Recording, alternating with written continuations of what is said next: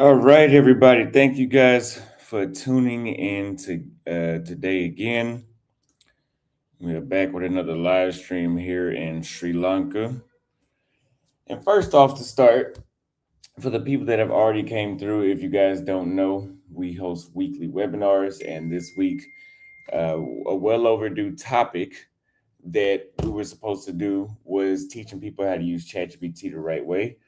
The reason that I thought it is because I am very good at using ChatGPT and optimizing AI to get the results that I want from it, to help me come up with new content ideas, to help me be able to understand negotiations better, to be able to replace people that would otherwise be employees that you'd have to spend thousands of dollars per year, five figure digit thousands of dollars per year to hire.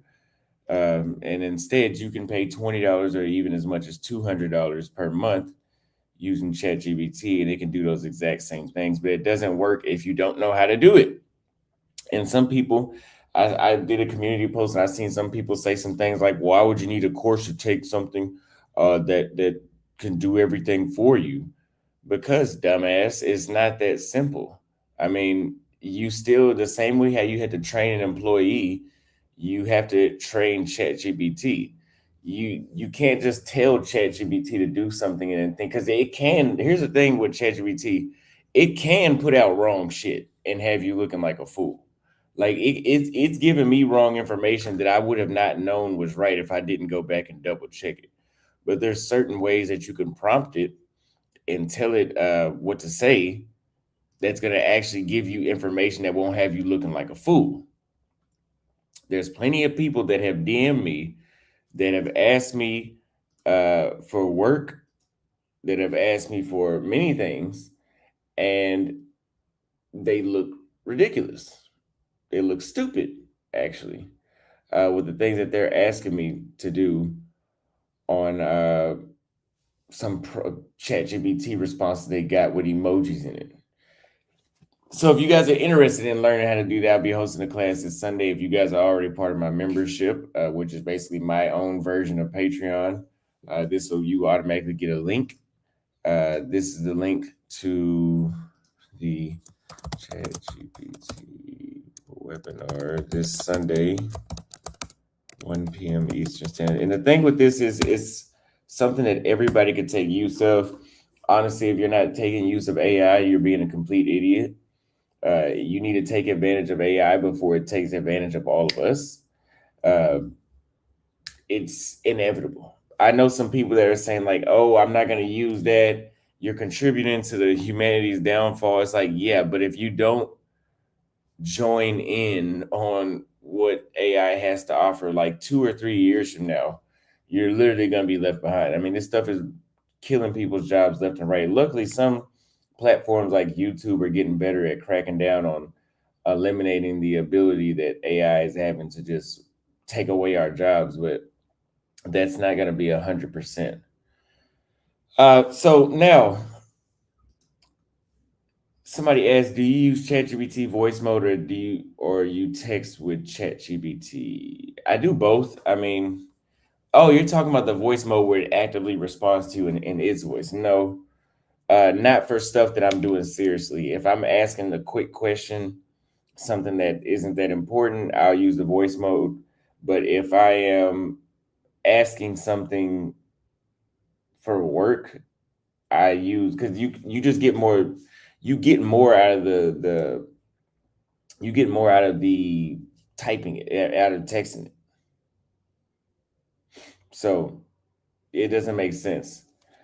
Lives, listen, nobody is tearing people down. We're talking about a chat GBT thing. If you have an issue with it, go somewhere else. Leave the live stream.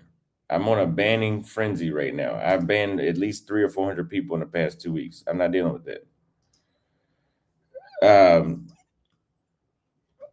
But today we're going to be doing another interview panel discussion. I've been having a lot of people talk about this entire Iran invasion, and some people don't know where Iran is at. Some people don't know where the Middle East is at. Some people don't know where Africa is at. You know, I've seen people leaving comments saying, like, I'm going to ask people in Africa what's going on in Iran. And I'm like, well, why would you ask people that when Africa is not in the Middle East? Like, the closest that you're going to get to the Middle East and Africa is Egypt, and that's just like a transition country almost. But nobody in sub-Saharan Africa is going to have a more valuable word because they're in sub-Saharan Africa over somebody that's in Dubai. Some people are asking me, "Hey, Austin, are you okay? You know, it's probably time for you to go back to the States or come back to Africa." You know, and I was like, "Oh no, you know, Sri Lanka is like on the other side. It's 7 hours away by plane from here to Iran. It's nowhere near all the conflict." And then yesterday, I seen that the United States sunk a ship, and I'm like, "Oh wow, you know, they're really getting at Iran's military, their naval force now." And then it comes to find out that ship was just 40 miles off of the southern coast of Sri Lanka, which is where I'm at now. And that is maybe like an hour max away, probably 45 minutes away from where I'm at right now. Now, from what I know, that Iran does not have a military base at all in Sri Lanka, nor does the United States. Correct me if I'm wrong. I haven't heard anything about that. But apparently, they were doing some naval exercises with India, and the United States knew that they were coming back this way, so they just went ahead and sunk them.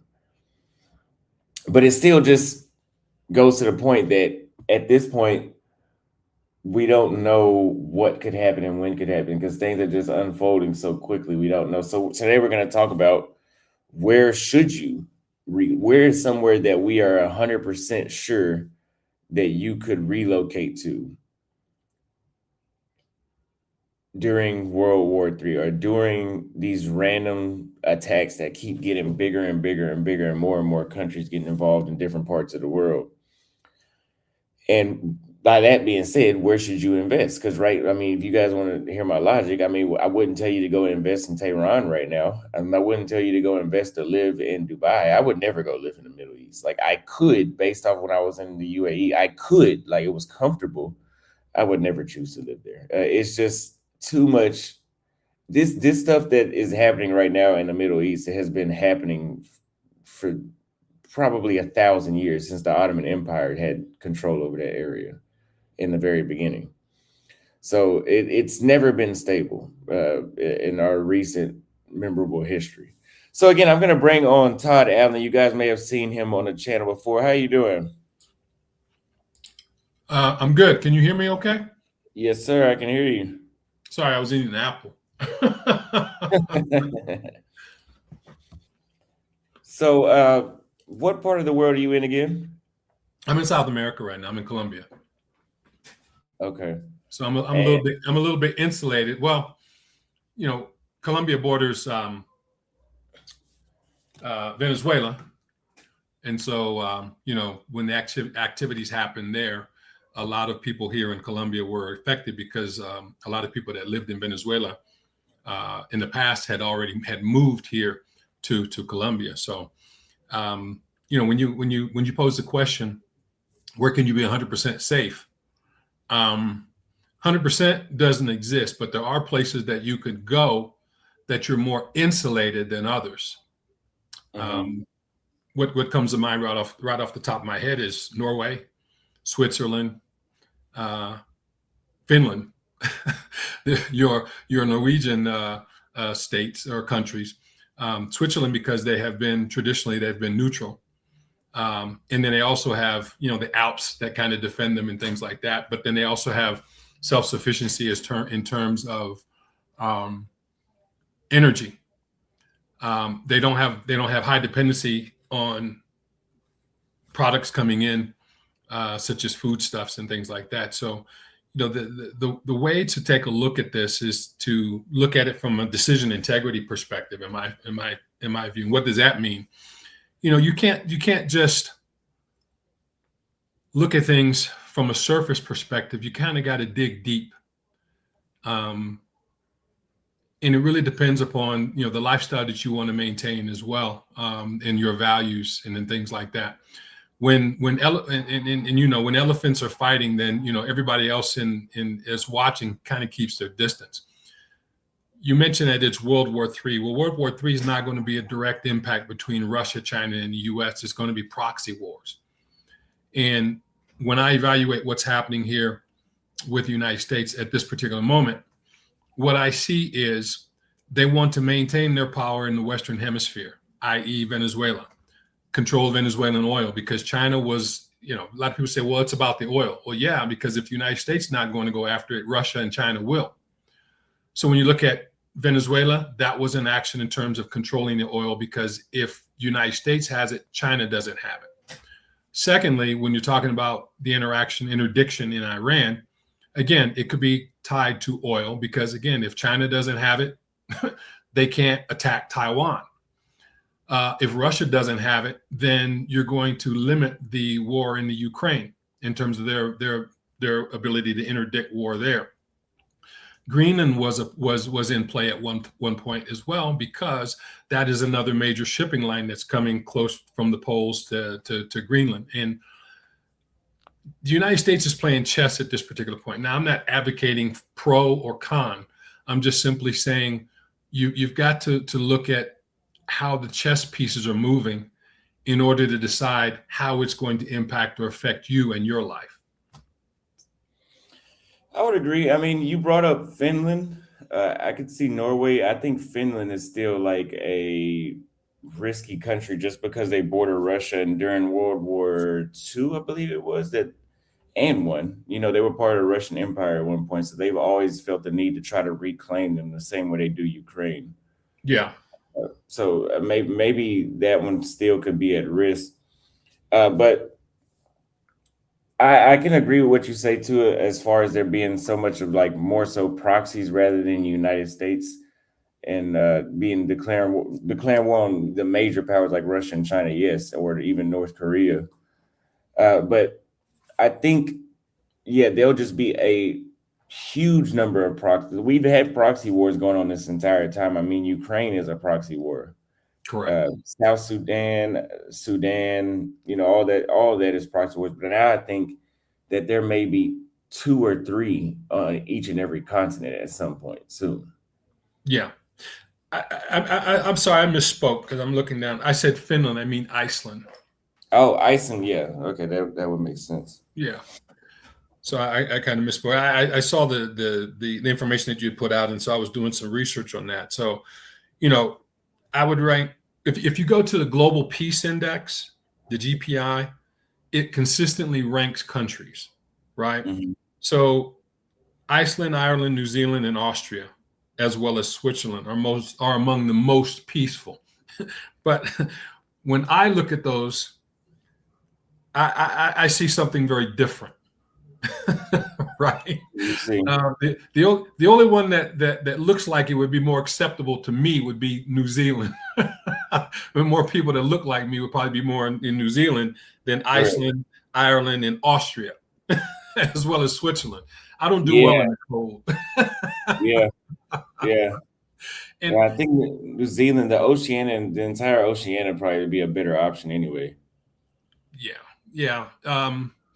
The challenge with Oceania would be if it's near a major shipping lane, because again, the interdiction is with shipping. Um, what's interesting too, and I'm just going to throw this out here for your listeners and your viewers. This is really a proxy war against Great Britain as well. And what do I mean by that? For years, London has been the financial institution of the world. And so what you see now is the insurance companies, particularly Lloyd's of London, have suspended insuring seagoing vessels that are going into the Strait of Hormuz. So by them suspending insurance, that cuts their premiums, that cuts their ability to gain income through shipping, especially through the Strait of Hormuz. But what was interesting is that the president of the United States said that they were creating financial opportunities for vessels that, if they needed to be insured, that the United States would insure them, and also that they would have a naval escort to go through the Strait of Hormuz. You know, Iran was a chokehold point for the Strait of Hormuz, and one of the things that was interesting was going after their navy, such that they could not do interdictive activities in the Strait of Hormuz.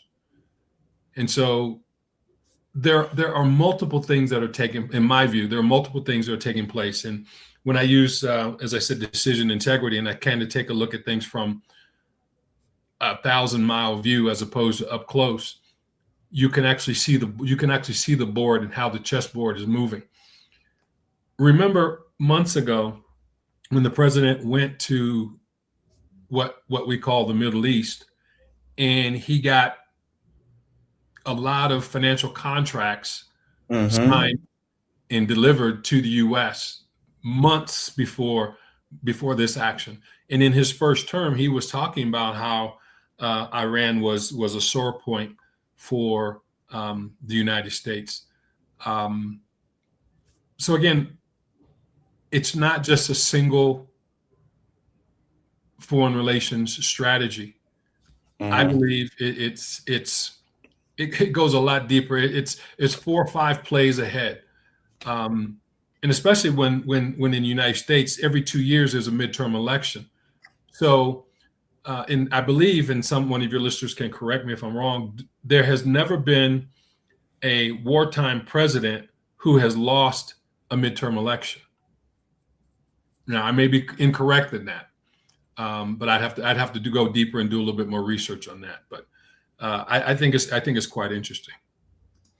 I think that I never even thought about that. I mean, that sounds right to me. We have somebody else in the back, I think, that wants to chime in as well. Okay. Uh, Now, I've always in the previous, I don't know if you were on the panel we did in 2024 over this topic, whenever we were suspecting there might be some conflict, but now there actually is conflict that could lead to, more global proxy wars, as you said before. And you brought up Switzerland. Places like Singapore would be great, but I think physically or geographically where it's located, it could still be a liability. But Chile and Uruguay and Argentina are probably going to be your best bets for South America just because they're out of the way and they're usually not involved in global geopolitics more so per se. Like I don't know when the last time was I heard about Uruguay being in anything that was outside of Uruguay. Right. The challenge with Uruguay, in my view, is it's very expensive Yeah. in comparison to other Latin American countries. Um, but I agree with you in terms of you. I agree with you in terms of Chile. The challenge with Chile is political instability at times. Um, Believe it or not, Colombia, where I am, is somewhat insulated. It has food, it has oil. Um, the challenge is at this particular point in time, some political instability. But for the most part, um, I agree with you. Chile in particular, because it's on the other side of the Andes Mountains, so it's somewhat protected.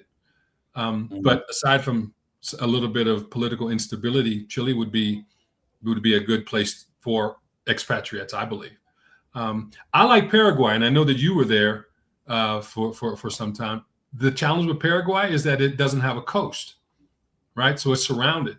But after World War II, you had a lot of people that were being displaced in Europe that actually moved to Paraguay. Mhm. Mhm. Yeah, a lot of Germans and Italians went to Paraguay before and after World War II. I think Mhm. they came around the 1800s, the same time we got a lot of Germans and Irish and Italians. Uh, I mean, so are you saying that the distance, obviously, the distance is something that people want to consider, the neutrality too, but the economic strength is one thing you're severely considering, right? I would say so because especially if you have a job or if you're working whatever it is that you're doing and you're gaining dollars, you want to be able to, number one, be able to transfer dollars to wherever you are and to be able to use dollars. Or if you are working in the local currency, you want the value of that currency to have stability. So one of the things, if you look at the U.S. dollar now, the U.S. dollar is, I know here in Colombia, it's up a little bit over the past 3 months. It's up as oil prices surged. People buy oil with what? U.S. dollars, right? And so I think the oil price in the United States, I think it jumped up like 40 cents or 50 cents in one day, like the price of gasoline at the pump. So, you know, um, Wow. I mean, you've got to look at those things, and so I know a lot of expats retire and then they move abroad. Well, again, if your Social Security income is following you, right, you want those dollars to have some leverage over the local currency. So I think that is part of the decision integrity that you have to use when you're looking to travel abroad. And I also know that a lot of people say, oh, because we're at war, you need to come back home. Not necessarily, because everybody in the world lives somewhere. But to say that because you're a U.S. citizen, now you need to come back to the United States. I mean, other people around the world are living fine, even during wartime. So it's how you manage your lifestyle. It's how you if you live a bombastic lifestyle, yeah, you're going to attract attention. But if you are ingrained in the community, right? Like what we do is we have a youth soccer team. So what we try to impact the community by impacting youth in soccer and trying to be motivating to them. But we keep a low profile in terms of the style, in terms of lifestyle that we have. So that is one of the ways that you kind of insulate yourself, I believe, and protect yourself is by being part of the community and acting as an insider and not as an outsider. Okay. I mean, I guess I can see that as well. So do you think that uh, I mean, yeah, a lot of people do say that you need to go back to the United States, but I don't think the United States would ever get bombed or anything like that. But what about going to another NATO country? I mean, is it actually unsafe to be in the alliance countries, on our side? Well, again, it's just proxy, it's proximity, right? And you Okay. have to take a look at the agreements that you have. For example, you could be in a NATO country, and the NATO says that if one country gets attacked, then all of them are involved. I mean, if you look at what's taking place with this certain action in Iran, you see that France is now entering into it. Spain is catching the wrath because they wouldn't allow forward basing. The UK was being criticized. The prime minister was said not to be like Winston Churchill because he denied forward basing. So even though that you're talking about NATO aligned countries, all of them have some complicity to aid and abet those people that are part of that NATO community. So, for example, Qatar, they're not at war against Iran, but they have U.S. bases, so they were bombed. I think I don't know if Dubai was hit or the UAE. One of Yeah. those was hit. Right. Yes. You mean the Dubai's in the UAE? Okay, yeah, okay, and they got hit. So it's sort of like when there's a war and you have superpowers that can interdict power at any point and location on the face of the earth. What would be you want to put the probability of safety in your favor because there's no 100% guarantee. Okay, what were you about to say, Jody? It sounded like you about to intervene.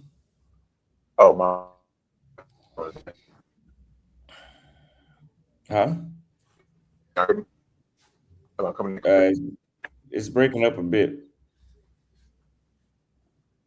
Check 1, check 2. Coming in. Yeah, we can hear you. It's just breaking up. All right. I'll be back. I'll come in on the Okay. platform.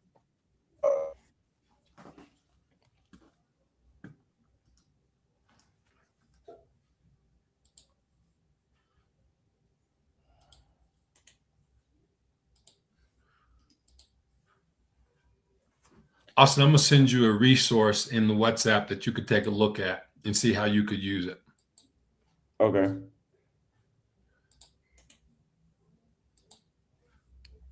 Let's see. So, how important is the food and energy independence going to be whenever you're choosing? I know you brought up that Colombia has access to food energy independence. I know Uruguay and Paraguay do as well. Yes, it's extremely vital because again, looking at the international trade that's taking place, let's say oil. Saudi Arabia had a pipeline that was destroyed. 20% of their production was destroyed in 15 minutes. So if you're looking at countries like that, not only is their oil being at risk, they import a lot of foodstuffs from all around the world. South America, as you said, is a major exporter of food and foodstuffs. So countries in South America, like you said, Uruguay, Chile, when they can produce and manufacture their own food, as well as be able to support themselves as far as energy production, those are safe places, unless unless a superpower wants that energy, right? Yeah. The difference with Colombia and Venezuela's on the coast, so they produce oil, but then they can transport it by sea lanes a lot easier than if you go into, let's assume that Paraguay has oil. It's very difficult to transport it from the center of the country to the coast. Everything has to go to the coast. And so I believe that countries that have oil but are closer to the coasts are at a greater risk than those others that are more internal. The difference with Chile is that it has a very long coast, and it's a lot closer to the and parts of it are closer to the Arctic Circle. So it makes it very difficult to export as opposed to those other countries which are closer to the coast. I hope that makes I hope that's understood, or that makes sense. No, it makes perfect sense. I'm actually looking at what you just sent me on WhatsApp. It's kind of unbelievable to think that many flights are out at the same time. You see that circle? Yeah. Yeah. Yeah. I'm gonna send you another resource. Yeah, I appreciate it. Just even looking around like the Cairo and Turkey area, how many planes are leaving, in and out of the area every single hour. Yeah. Here's another source I want to send you, because I think this is just in line with what you were researching, and I think it's important that when we're doing research that we don't look at popular media, so to speak, because we know that they all are biased. CNN, NBC, Fox, yeah, they give us information, but that information is kind of skewed to a particular frame. So we've got to look at all different sources, and then we try to come up with our best guesstimation, if you will. The more you talk about Uruguay, the more you talk about Chile, because of the difference in currency. That sounds like a tremendous play, because as you know, the euro is much more expensive than the dollar, and the euro goes a lot further than the dollar. But if you're looking at, if you're gaining your income in dollars, converting it to euro, that's a losing proposition. So that's why I'm not a fan of European lifestyle. That's just me. Although some people talk about Portugal as being an affordable place to live. Again, Portugal is uses the EU. So what is going to happen to the EU long term if the US continues on this particular type of foreign policy that they're implementing? It's quite interesting, because if you look to see what's taking place politically, you see that countries around the European Union are becoming more and more aligned with the United States, and Europe is being less aligned with the United States. Even when you talk about the recent dialogue between Spain and the United States, where the United States is now threatening not to do trade with Spain. You've never thought about that. Never would have thought that. Huh? Yeah, I said I never would have thought that. Never would have thought that. Because everybody was, close in line, but this elite world order is being challenged, and it's no longer business as usual. And there's a lot of uproar and a lot of angst, about it. And that's what happens when you have business people running countries as opposed to politicians. Mm-hmm. Well, I would argue that all the politicians are business people at this point. Well, they're trying to be. They're trying to be. But see, when you have, let's take Singapore, for example. Singapore, I think I'm getting this country correct, and correct me if I'm wrong. I think that they pay their president or their politicians well, so that the chances of them being bribed and bought are less. Correct. And when that takes place, when a person can't be bought, then they're more in line to make certain choices and decisions that have higher levels of integrity, and they're not doing back office deals so that they can ingratiate themselves. There's I'm going to send you another website. I don't know, you've probably heard of it. It's called I just lost it, but it's a site that you can go to that you can actually see how much money the congressmen in the United States actually make. Opensecrets.org. Opensecrets.org. Let me put on an intermission for 1 second, Todd. Okay. Are we still live, or am I here by myself? Yeah, we're still up. I'm about to put up a different screen. 1 second. Oh, okay. Yeah. And I can't see.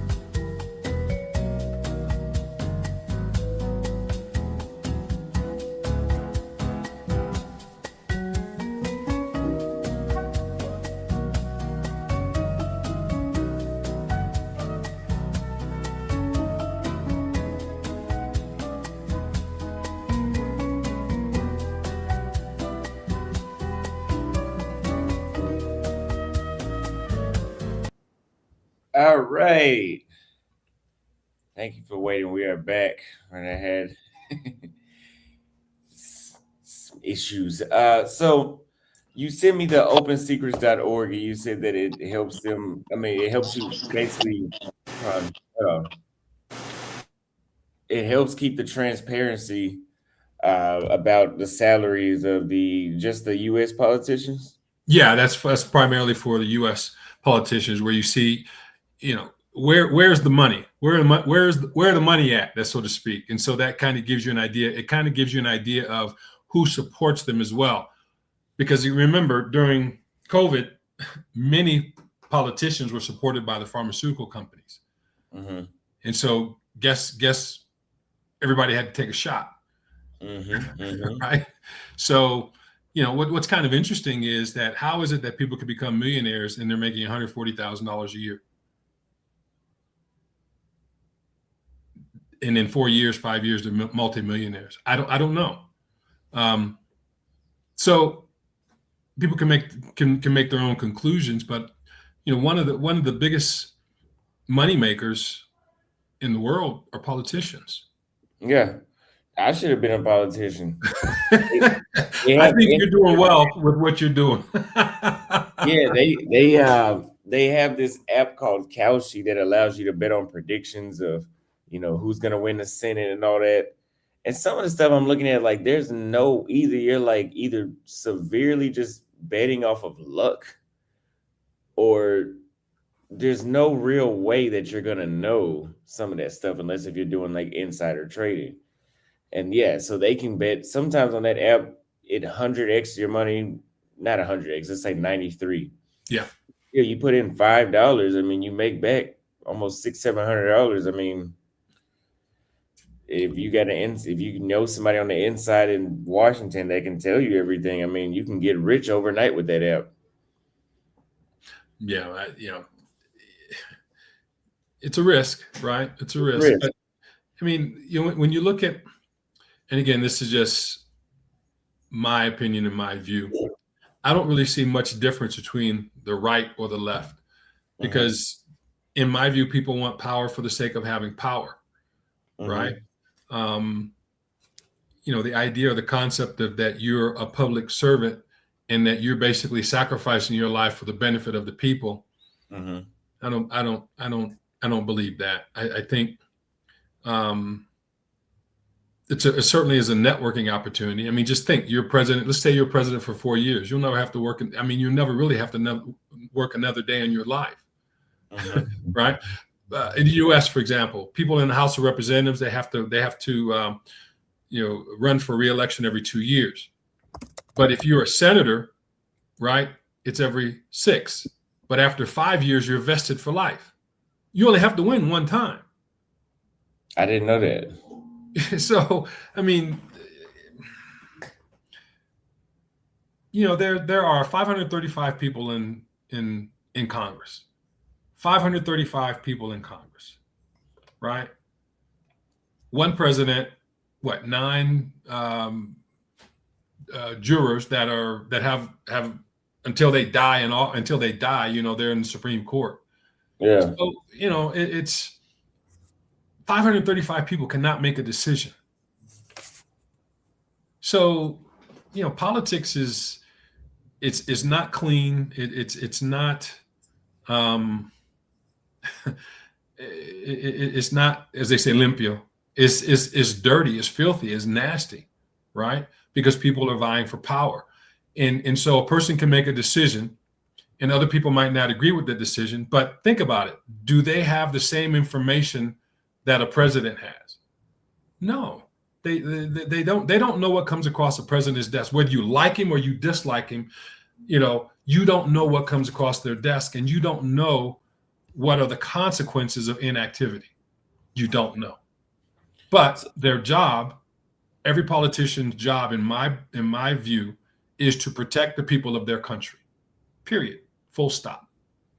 So let me ask you, we all know that the United States, many countries around the world, they intentionally start these wars because they have things like the revolving door, where somebody that worked in the military in a high-ranking position.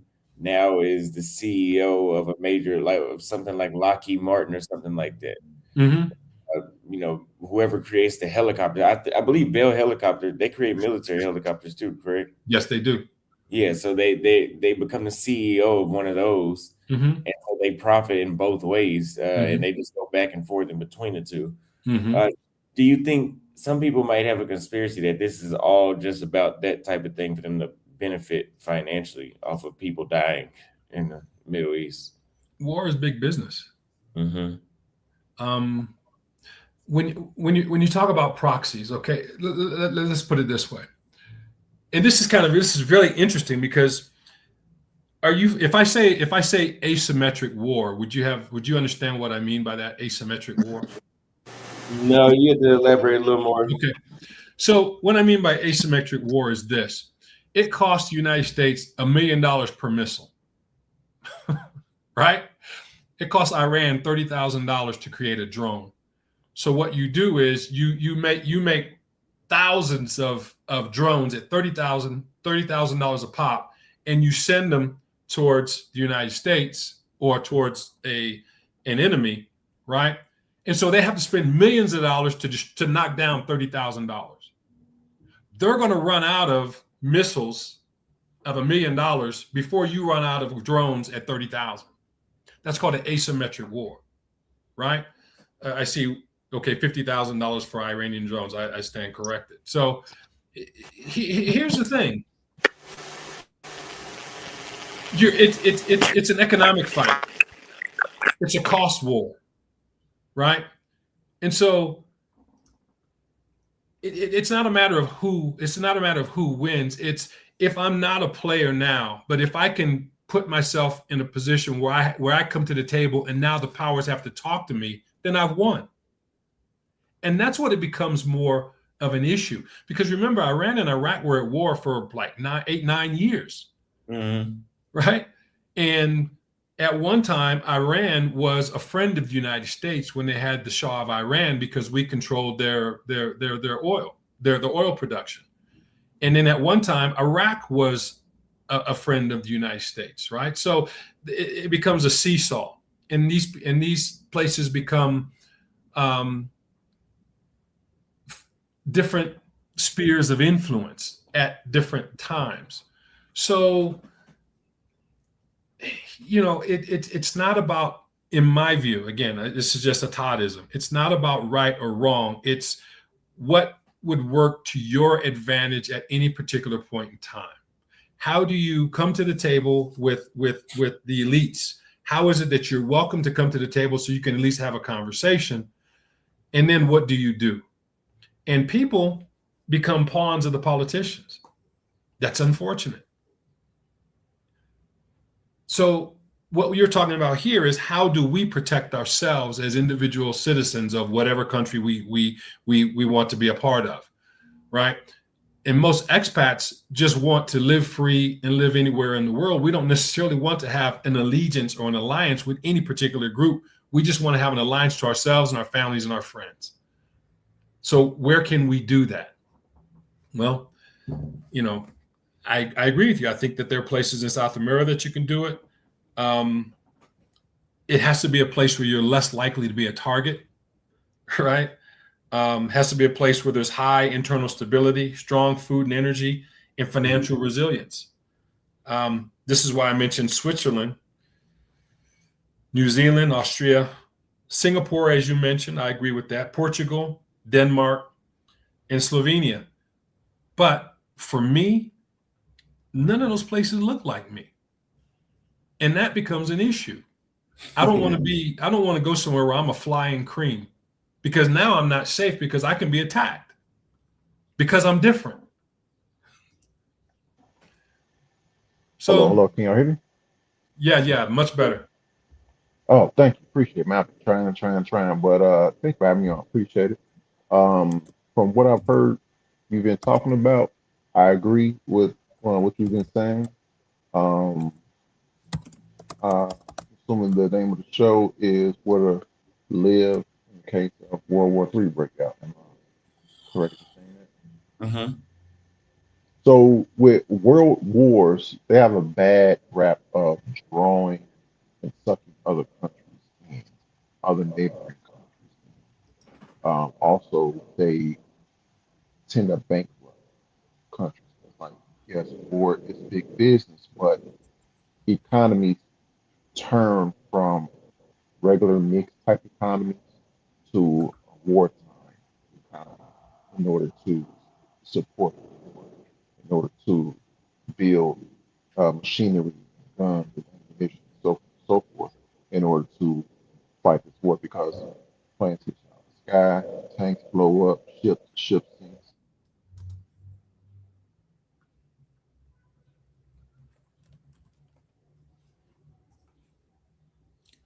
Hello. Oh, hold on.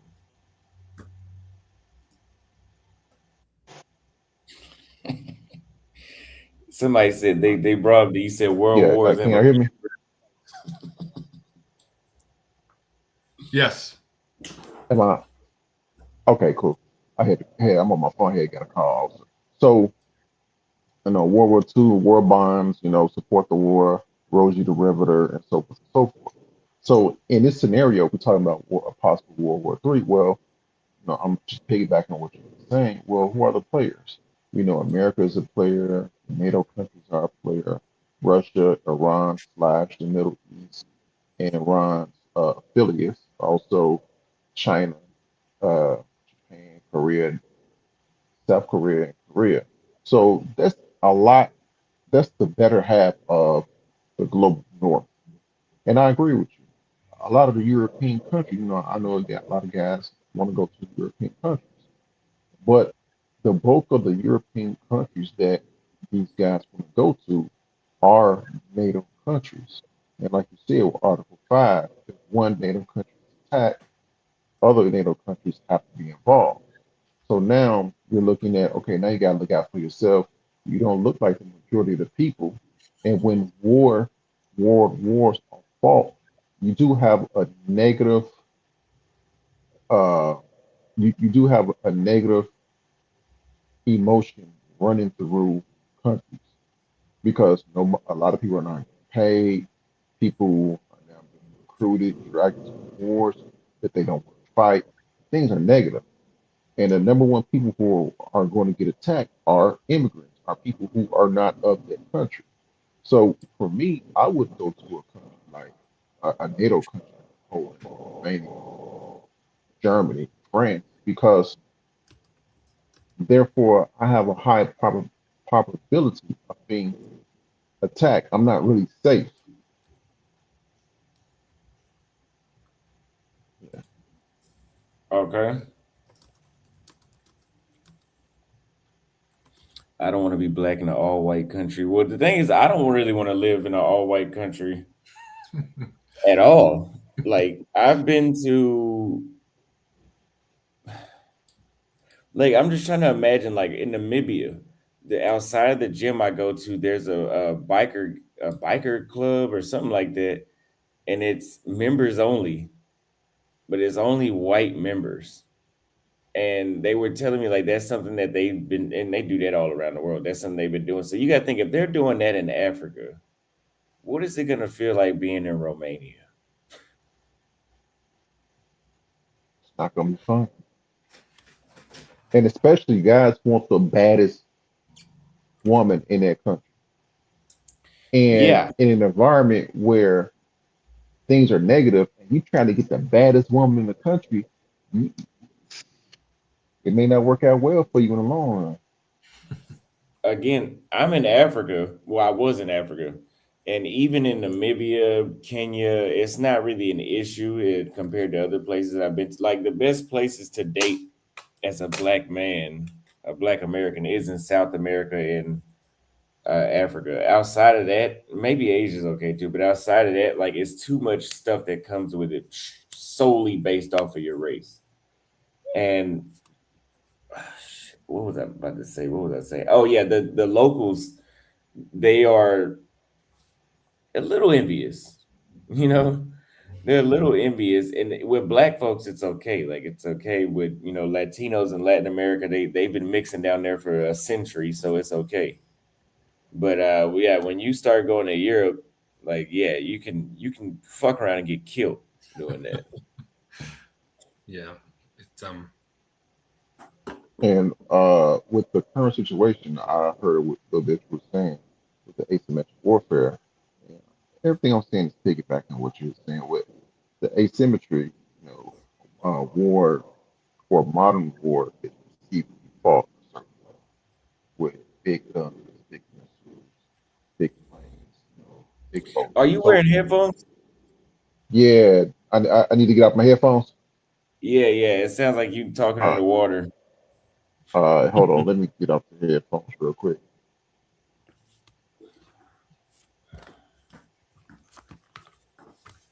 Semper Fi, Ronnie. Hey, Simplify, brother. How What's are going you on? doing? Yeah, It's am I been a clear? minute. Been a Yeah, minute. you are, Jody. Appreciate it. So with asymmetry, modern warfare is fought a certain way. But if you're a country that cannot fight that certain way, then you have to fight how you need to fight. It is atypical or asymmetrical to what modern warfare is perceived as being fought. And yes, I was in the military. I was in the Navy. I was served in the submarine force. And you're right. You can't afford to continuously build and shoot these Patriot missiles, these other interceptors at a million or 4 million.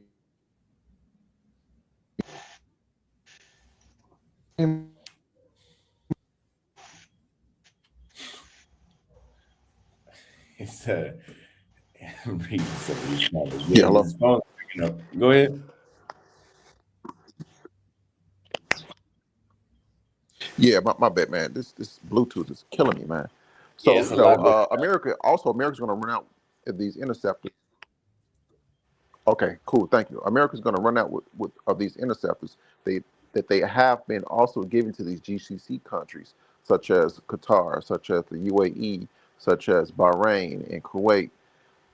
So now you're running out. You can't continuously do what you're doing by destroying Iran's perceived nuclear facilities, bombing Tehran and other facilities. And what they're they're bombing American uh, for some reason I won't say the word campuses, but bases in these GCC countries. But they're also bombing strategic places. I'll give an example. In the UAE imports 80% of their food and for their water to feed all those to feed and drink all those people. They have desalination plants. So Iran is bombing that, trying to destabilize that the UAE, Dubai, and all the other five emirates have been trying to build. So Iran is really destroying the perceived sheenness of the local area. And I'll just stop there. I don't want to continue and hog up all the time. You said they're destroying the perceived what?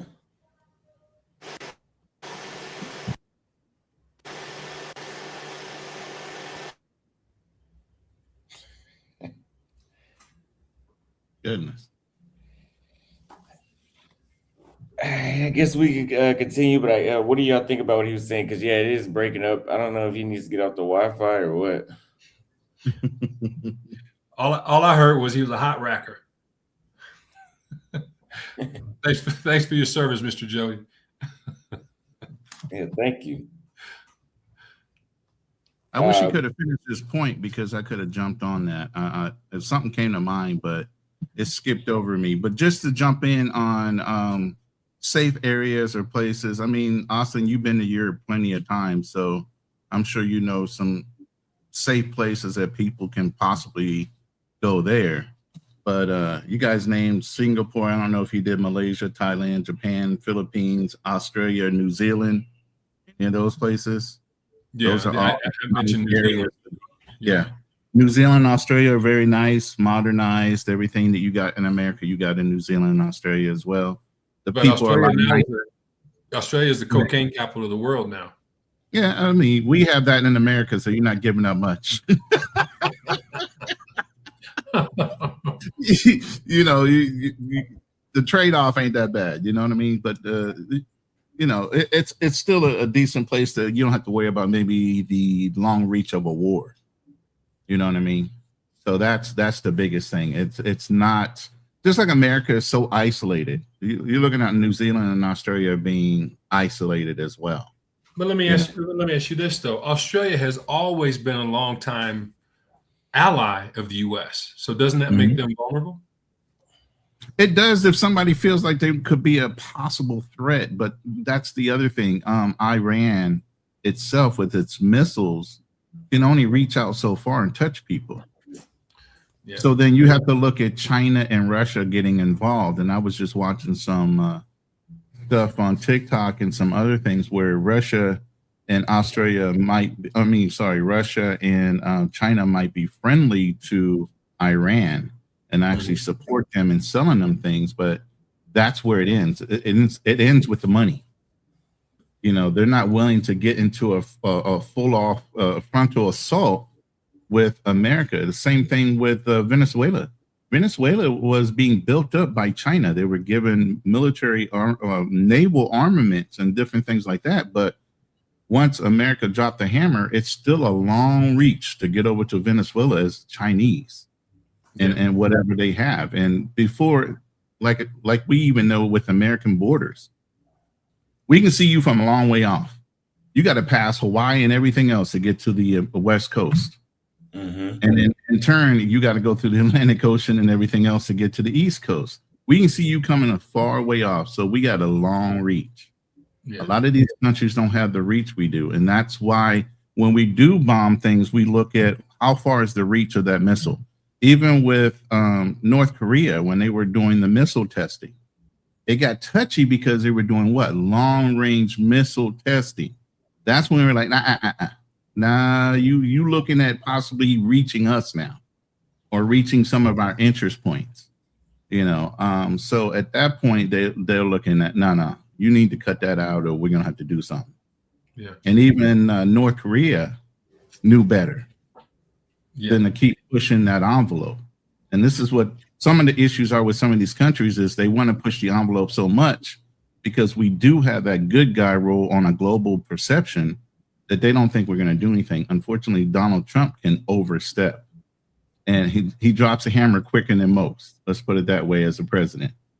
And I would agree because again, you look and here's what I was talking about earlier, Austin, is that the Venezuelan play was a chess piece because now it impacts Cuba and it also impacts Mexico and it also impacts Colombia. Now, you heard the Mexican president was spouting off for a minute. Venezuelan president was spouting off, and the Colombian president was spouting off. Their tune changed overnight because the United States went in, and in 30 minutes, they took a sitting president of another country out of his country, he and his wife, and put him in Brooklyn, New York. Yeah. So, again, I'm not saying right or wrong. I'm just simply saying that it's still impressive. It makes you take a double take. I don't want to push that button too often. Yeah. And you don't know what weapons are being used, right? Because again, even though we're talking about drones, I don't know if you all heard that the United States uses now a microwave weapon that is on board ships now. And so they were able to destroy, I think it was 60 or 70 incoming drones with a microwave pulse. We also found out that there was a new weapon that Israel used, a laser directed weapon to bring down the missiles. And so, again, when you're talking about asymmetric warfare, you're also talking about you're bringing new weaponry on board. And so, with proxy wars, you're able to figure out whether your weapon systems work by having other types of interdictions. Venezuela found out very quickly that the stuff that they bought from China and that stuff that they bought from Russia did not work. And so from a war manufacturing perspective, that's another area that people don't. Buying and selling weapons is big business. And so now United States manufacturers can go to these global symposiums and say, look, our weapon systems work, theirs doesn't. And so, as person said earlier, the military industrial complex just got richer. And so if you're looking to do investments, this is Oh, where you're you go. absolutely right. A lot of these skirmish wars are really R&D for a lot of these countries. They want to R&D a lot of their armaments to see if they're going to work. So even when they're giving out things, they're doing it in an R&D thing. But the brother did touch on something about us overextending ourselves with our weaponry. And I always thought this might be a strategy of China. When we were helping the Ukraine, we were giving them a lot of our bombs and a lot of the things that we had in storehouses. If we overextend ourselves with our weapons, when China decides to finally make their move, whether it be here in the Philippines, because they're looking at the Philippines and some other choice places that they want to invade, where are our resources are going to be as far as what we have left over in order to start or defend ourselves and our own interests? If we're worrying about taking care of everybody else's interest as well. China can produce more bombs with the Chinese steel in Russia than we can by production wise. They produce more per month than we can. So as we go into our storehouses and start depleting our resources, they can still produce. And even if they're not accurate, they can produce more. And that's the thing. Yeah, a lot of their stuff is not as accurate, but they can produce more, so they have more to waste.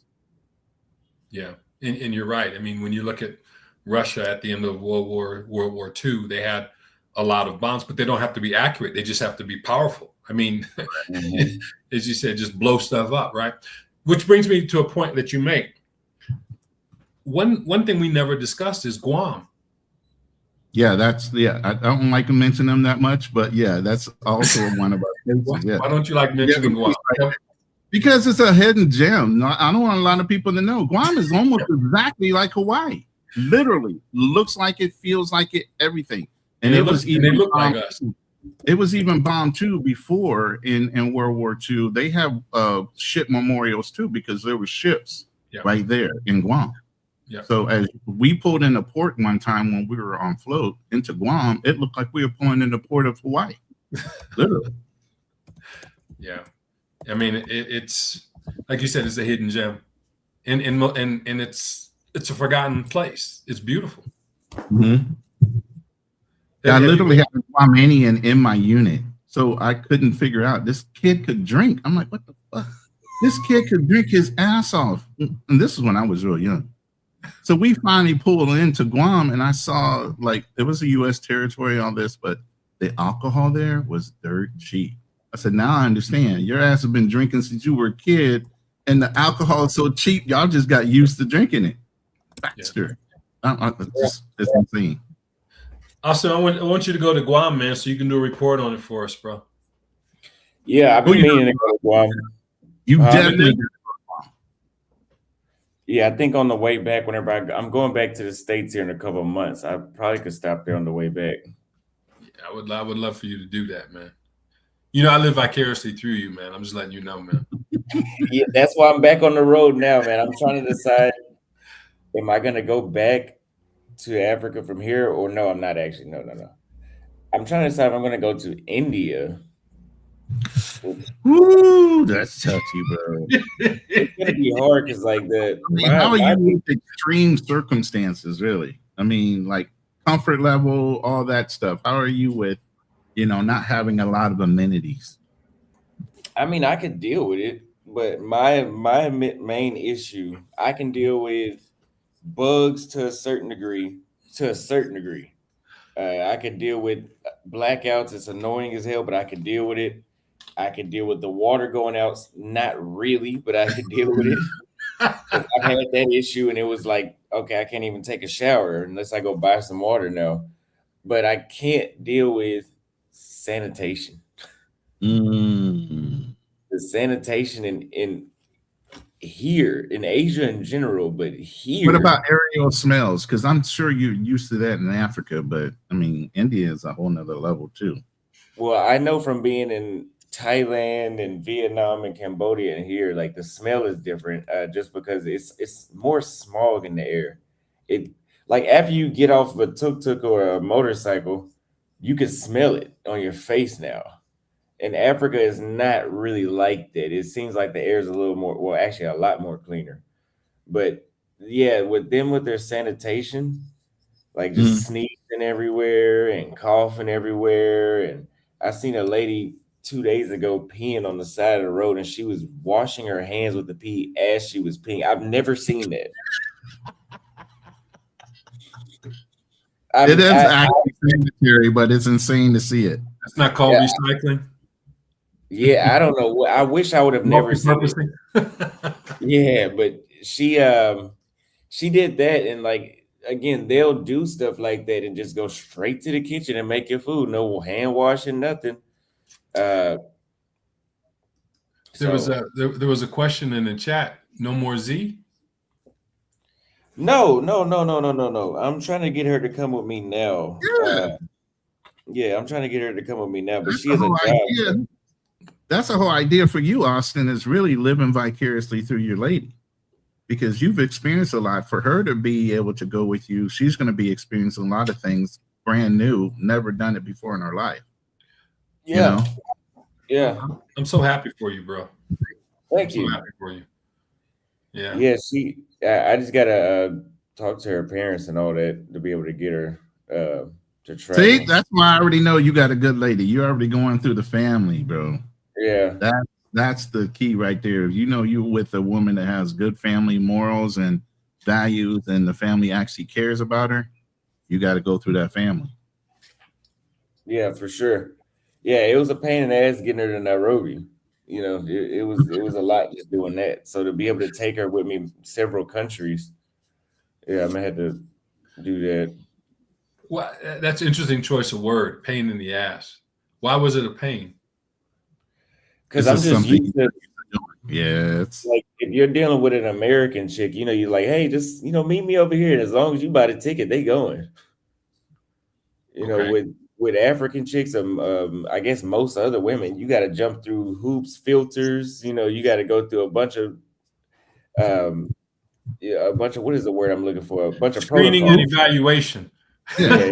Yeah, yeah, yeah, most definitely. I mean, that's a good thing, because I mean, when you think about it, I mean, what a father wants to put a prospective suitor through screening and evaluation to make sure that his daughter's going to be As safe. they should, as they should. Yeah, That's a sign of a good quality family. I'm just telling you. I did the same thing here when I met her family for the lady that I'm with here. Went through the whole process of meeting the family and getting to know them and them getting to know me. So, I mean, when you're with a good family, it doesn't matter whether she's from a big city or a small province area. That family has to be involved. correct. Yeah, so that's what's up next. But I think with her, I would do so much more of traveling around Asia, because again, traveling throughout Africa it just doesn't make sense. You'll go broke. You'll go broke trying to travel throughout Africa. I did a video. I'm gonna drop it today. Actually, the one I was talking about yesterday on live. I'm gonna drop it today, where I was talking about, yeah, if you got $12,000, that's 12 countries. If you got $12,000, you're gonna hit about 60. What is it? 64 countries in Asia. You'll do every country there with $12,000 of flight money only, flight money. Oh, you But can in get Africa, away with a lot. yeah, you'll be in China. You'll be in Hong Kong, Macau. You'll be able to Especially go if everywhere. you guys do know about the VPN game, right? I've When you tried buy it. It tickets, hasn't worked for me yet. yeah, when you buy tickets, switch your location with your VPN. You'll notice the rate drops. They know Somebody you're told from me that. America. You try to book from America, you're going to get American rates. But if you book from a VPN located in a different country, you get a different rate. What app are you? I mean, what? Yeah, what I'm third using party? Nord. I'm using NordVPN. No, Nor no, no. Like, are you using Booking? Or are you using Flight Scanner? If I can go directly through the airline, I go directly through the airline. Mm. I Okay, I don't haven't use tried that. every once in a while I'll use booking.com or some other agency. Like I'm a AAA. I'm a what's it? Yeah, is it not AAA? The old people. What's it? What's the one? You know, AARP. hey, thank you. AARP. Once I hit 50, man. Once I hit 50, I took advantage of that AARP because you can book hotels for no money down, different things that can cancel at the last minute. So AARP globally gives you an advantage too. So, but you older guys, listen, I know this is Austin's channel, but and then you old guys up in here, get on AARP as fast as you can because there are some advantages, especially in travel, hotel booking, planes, anything you can do on a regular booking, you can do through AARP. One of the no, I mean, I'm glad that you brought that up. But one of the things that I think is important that we all kind of understand is we have to be able to play the currency game to perfection. Currency arbitrage is real. It's a real thing. Being able to change and what banks you use. Right now, what's very popular is NU. It's NU. That's a Brazilian bank, and I don't know if that's spectacular. I mean, it's incredible. I like it better than I do Chase Bank at this particular point. If you can use NU, because again, it's Brazil. And what's interesting about South America, I would think that Brazil would be another country that would be somewhat safe in terms of a global World War III, because it's now becoming one of the top banking regions in South America. So being able to move currency from one place to the other during different types of actions is very, very important. Yeah. I'm looking up the flight thing that you were saying, Rona, right now. So from here to Istanbul is 271,000, which is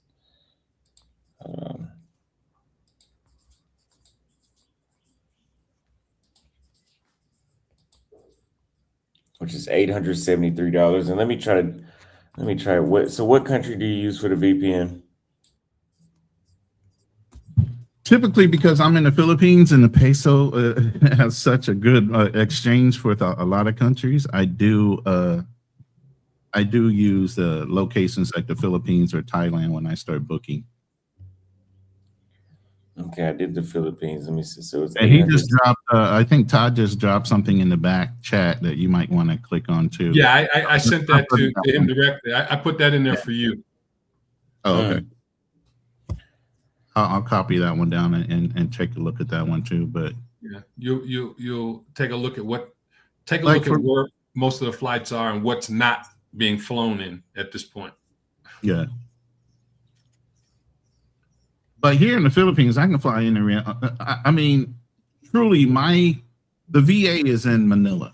I live a 50-minute flight away from Manila. I can hop on a plane at least twice a day with planes coming into where I'm at. I'm 5 minutes away from the community that I have a lease with in the house. I'm 5 minutes away from the airport. There's 2 flights out a day, 2 flights in a day. One from Cebu, one from Philippines Airlines. Barely $70 will get me a round trip ticket there and back. So do they still have do they still have basing there in the Philippines? I remember Manila used to have. Well, Cebu is. I mean, not Cebu. I'm sorry. Jesus Christ. I'm on the post. Subic Bay is reopening. They're digging it out. They're actually putting huts up. They're building or revitalizing some other bases. They haven't mentioned whether they're going to open Clark, but because of everything that's going on with China, Obviously, there are Marine and Navy bases opening back up. I don't know about the Air Force, or they're just going to use the naval aircraft carriers for that part of it. But China is building their own little islands all the way out into the national shipping lanes over here, and there's always an incident of Chinese like Coast Guard running into Filipino ships on a regular basis. So we have sold them. The U.S. has sold the Philippines a lot of our ships and have built ships for them to combat that. And that's another reason why you have to play in Iran. That's another reason, because because China is trying to colonize the North China Sea. They're trying to, like you said, they're building their own islands, but they need fuel in order to do that. And so they were buying at least 55% of their oil that was coming from Iran. And so now if you cut the production from Iran, and then you also have better relationships with the other Middle Eastern countries. I think it was the Abraham Accords was one of the things that was just created, I think, about a year ago or so. All of those different things are, again, playing chess as opposed to playing checkers. And I'm not saying I agree with it or disagree with it. I'm just saying that what we have to do is kind of look at things from 1,000-foot level and make a decision with integrity as to how we will respond to that. Is very important. What's also important, I think, is not to get caught up in the politics, not to get caught up in not liking this person or not liking that person or whatever. I mean, we have to make decisions and looking at the entire spectrum and how it impacts our lives. Yeah. You said nobody's checking for South Carolina. Yeah, I've seen that. I mean, America's America, and I say this all the time on my lives, and me and Fearless host a couple of shows together. And the biggest thing I say is, even though I'm here right now, I'm not staying here. I still plan on going back to Texas and leveraging my advantages as a veteran and buying land there. So I will have multiple locations globally that I will be able to go to, but I'm not turning my back 100% on the United States. There's too many advantages as a veteran. I don't pay property tax in the state of Texas. So once I own the land, it's not like they can come and reclaim it, because, the biggest thing is, even though you own land, you don't really own land because you're renting it. You got to consistently pay taxes. You have a loyal title in Texas?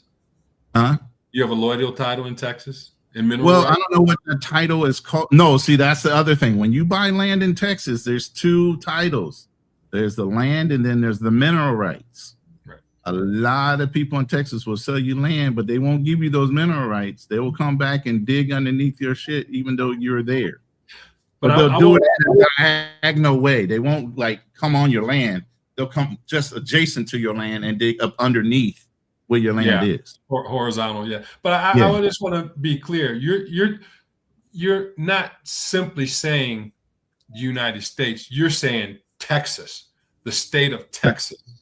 Texas and some other states that are basically beneficial for disabled or 100% service-connected veterans, right along with veterans that have retired. They extend certain benefits. You don't pay property tax. You don't pay state taxes. They help you out with certain things. So I'm leveraging that as an American to my benefit. Now, obviously, that's an asset and a resource that I can pull from. Even if I raised in Texas, you born and raised in Texas? No, I'm a Baltimore, Maryland dude, man. I'm from the DMV. Okay. But originally I was born in Baltimore, Maryland. I've lived in about 15 states before I decided to leave. But you're a resident of Texas. Right now, yes, I'm a resident of Texas. So you're a Texan? No, I'm transplanted. You see that KC behind me? That's the state I lived in the longest. KC in California. So.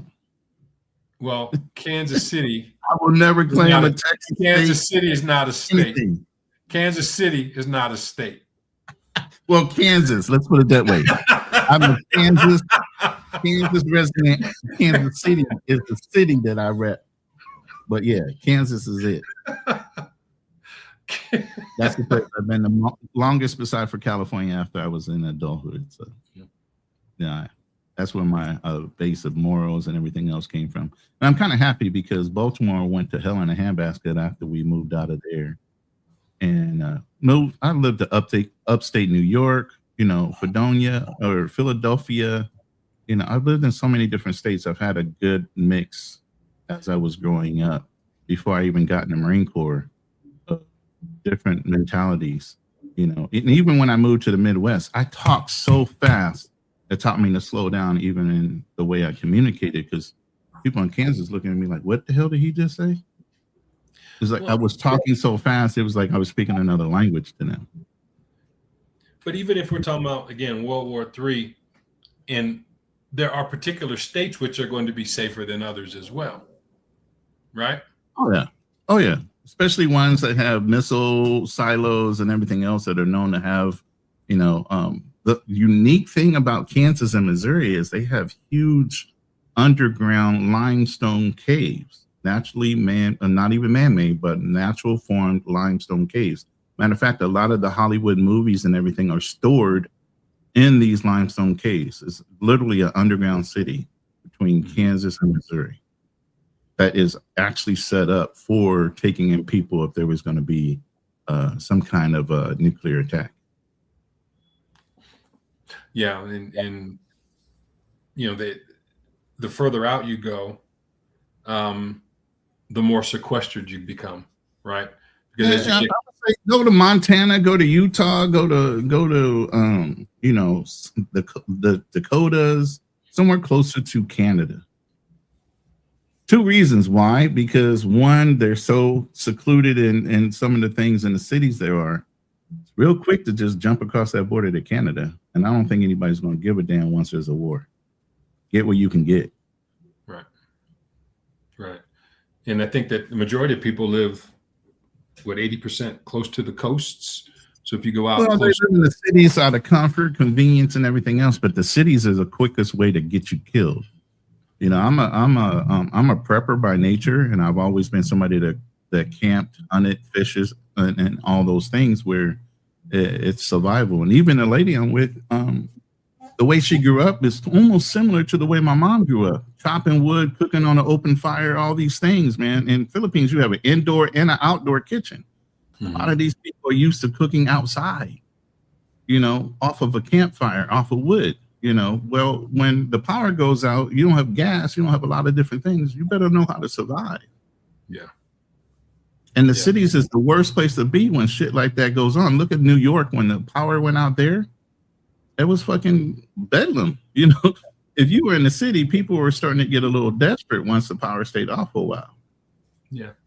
And that's the thing too, when you talk about modern countries, modern cities, when the grid goes down because of war or what have you, how are you going to survive? How are you going to live?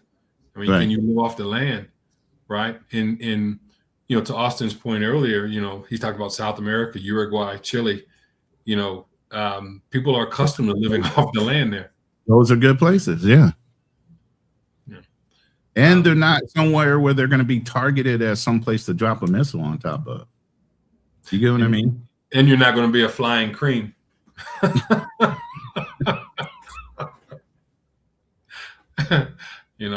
Someone says actually, Ronan, the cities are the best place. Military would go there to protect the money. Out in the countryside, which is, I lost it. Yeah, but you're only going to be able to stabilize an area for so long with law enforcement and everything else, because then it becomes self-preservation and survival. A lot of the unity when it goes out the window once people aren't getting a paycheck. If it gets to a point where there's EMPs, there's no money, and you're really on a barter and trade system, where's the loyalty as far as being a cop? Now it becomes who's the strongest, survival of the fittest, who has the resources. People might save, maybe have bullets and everything else, but they never trained to use a gun. So then those are the ones they hit up in the city. They take all their armaments. They're dead. You got all their resources, and now you're just trying to conquer certain areas that you can hold on to. So it's the city is the worst place. You're getting it from too many angles. The type of land I want is where even my house is going to be set back on my property. You're going to have to drive over a hill to get to me. You get me? So I can see you coming a long way off. So if I have to pull out a gun or aim down on you, I got plenty of time to get to my resources to protect myself and my family. And that's probably another thing that we didn't mention. You know, what are gun rights in whatever country that you're living in? Right. See, in the Philippines, I can't own a gun as a United States citizen. Only Filipinos can. Yeah, and here in Colombia, it's interesting. The only people that can have a weapon are the police, but they operate on human rights. So a police officer cannot pull his weapon and shoot someone, and even a criminal. Even if they did that, they're going to be taken to court and possibly tried based on human rights, because they said it has to be equal. Armament has to be equal. If someone pulls a knife on you, you can't pull a gun.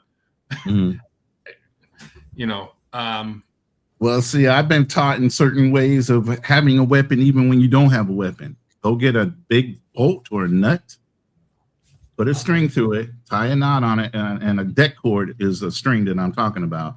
That becomes a weapon. You can swing that around and really take some people out with just random tools that you can buy in a hardware store.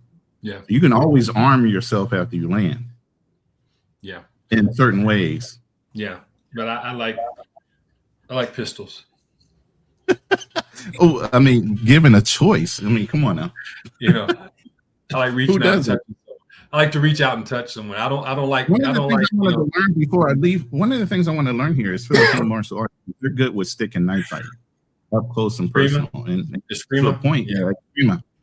And up to a point where they've actually beat down Krav Maga. Really?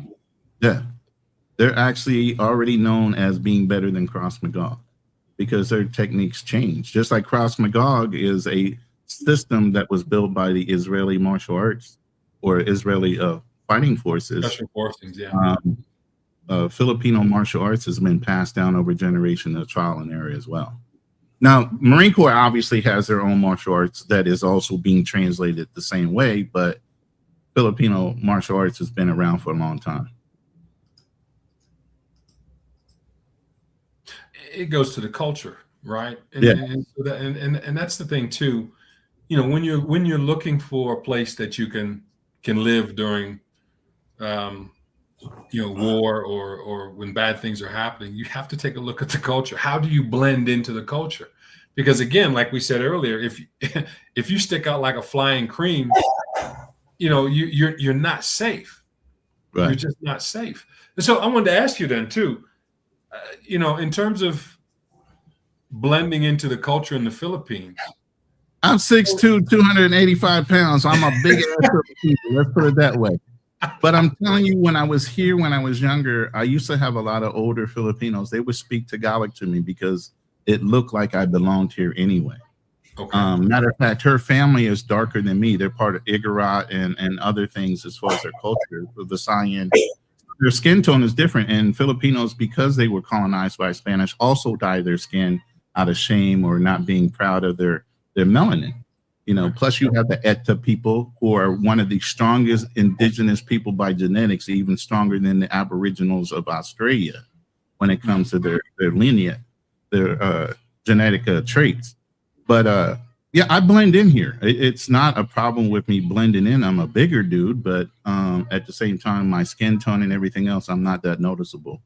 My truck has smoked windows on it, so you can't tell if I'm driving or my father-in-law would be driving the truck. You get what I mean? So at that point, it's you pick and choose your battles. But I have a 4-wheel drive vehicle here that I just brought, and it's smoked out, so you would never know. And even the identifiers on there, I put the Filipino flag on it, so it looks like a government car because a lot of Filipinos can't own certain type of cars. It just costs you. So even with that, I put like a Filipino flag on both sides of the front fender, to kind of make it look like it's a politician's car. So people look at it and they kind of step away from it more so than wanting to approach it because they don't know who owns it. So they don't have, usually the politicians don't have police escorts? Not really. Not like you would see like in the movies, unless they're really like actively in service, but a lot of them try to go low key more so than Yeah. bolstering themselves. Like here, I mean, you a politician, But it's you got look. police Here's the thing, and it's funny because they have so many trikes, so many motorcycles here, kind of like a lot of the Asian countries are. A lot of people don't own cars or even trucks right. or trucks that are of a certain type. So my lady and her father, they'll ride around on the trikes and stuff. She has her own trike and different things like that. So when they ride in the trike, they notice the difference. The guards and everybody will look down to them, kind of snub their nose at them. They drive my truck. All of a sudden, it's yes sir, no sir. This is a classism thing too. So if they see you riding in a certain vehicle, then it's something. Then if you're riding a truck, you're just a normal person that might be poor. But if you're riding that truck, it's yes sir, no sir, because they know most of them can't even afford that truck.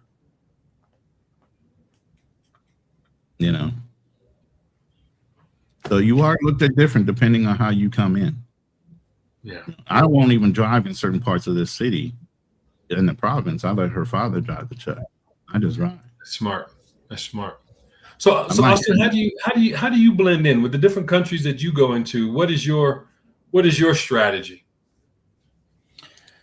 I mean, number one is always learning the language. I don't know if one of y'all said that already, but if you go to anywhere in Brazil, you have to learn the language. I mean, if you're in Colombia, to actually assimilate, you're gonna have to learn the language. Luckily, in places like Kenya, they want us to learn Swahili. You don't need to learn Swahili. All the signs are in English. Like, you're not gonna miss out on anything by not knowing Swahili. But it would be better. That's the first step. Second step, and I've said this before, which was having male friends, not just female friends. Having male friends makes you blend in better because all the American tourists go there and just have female friends only. All of them. So having male friends instantly sets you apart and puts you in different scenarios that you wouldn't be in otherwise. Meet different people that you wouldn't meet. New opportunities, everything else. I mean, women can only present so many opportunities. So, and I mean, I haven't done anything like you've done, like open up the, what did you say you say football? Yeah, I have soccer. I have a youth Soccer. soccer team. Yeah. Okay. Yeah. You have a soccer team. I don't have anything like that I've done. But I've been to Kibera. I forgot what that area was, somewhere far out west outside of Nairobi, where the guy Troy that I hang out with, he's very involved in those type of community services and stuff like that. And I've done videos with them. That kind of, I mean, it's kind of more so community service, I guess we could say. Let's say doing community service, having male friends and learning the local language. And actually exploring the city and not just hanging out. For example, if some people go to Medellin, they'll just stay in El Poblado or whatever the other one is, rather than exploring the entire city. Yeah, it's good to be ingrained in the community. Here's the thing, and I don't like talking bad about countries, especially when I'm here. If you stick out too much, then you become a target. So even if you're in the community and doing things, like my lady does community service, she works with the orphanage that was here. She was always going up in the mountains and dealing with the ECTA people. So we'll be going up there doing something with them over the spring and summer. But at the same time, you want to give, but not too apparently. If you can go through your lady to do it, then do that. But also, like you said, it is good to have a good circle of friends. And build a circle of trust. And obviously, sometimes that's through introductions, through her family or people that that you trust. But you do still have to be leery. You are still top 5 to 1 percentile of earnings in a country, in some of these countries, as an American. That's male or female. So when you come into these countries, they know you're an American. You are still at the 5 to 1 percentile of earners per month in these countries. So you can still be set up as a target on a long game. So you do need to know whoever is in your circle of trust is somebody that is trustworthy. Well said. Yeah. Yeah, for sure. I mean, I get people all the time asking me for money. All the time. Yeah, my lady, her friends all of a sudden started coming out the woodwork, and she was like, "Oh, I ran into a high school friend of mine." I was like, over a couple of weeks. Then the next thing you know, she's asked her for money. I'm like, "Did you give it to her?" She goes, "No. Why would I do that?" I said, "Exactly." They realize you have an American boyfriend, and they see maybe the car or truck that you're riding in, and all of a sudden they start formulating, okay, she has money or expects money, so let me start hitting her up to see if I can bum a couple dollars. Right. With never the intention of paying back. Oh no, of course not. Of course not. But I mean, the interesting thing here, the reason why I like Colombia a lot is because unless I open my mouth, they think I'm from Brazil or they think I'm from the coast. They think I'm Colombian. The difference is when I open my mouth and I have a different accent. Exactly. Then they say, well, then they ask me if I'm from Brazil. I tell them I'm from Russia, and they just get a kick out of that.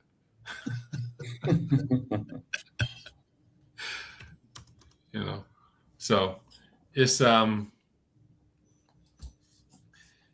important thing I think is, like we said, there's really nowhere to hide 100% of the time if you're with World War III, but we have to do the things like a prepper would.